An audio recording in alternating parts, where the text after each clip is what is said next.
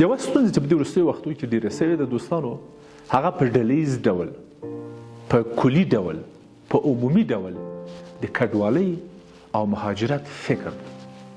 زموږ ګڼ شمېر هیوادوال علل خصوص ځوانان غواړي وطن پرېږدي. د دې ستونزې حل څه ده؟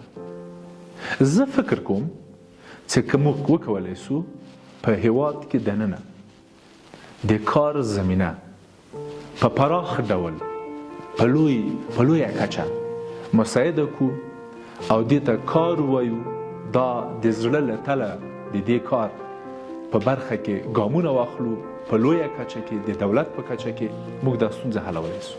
یو. دویم د زده کړو مسله ده.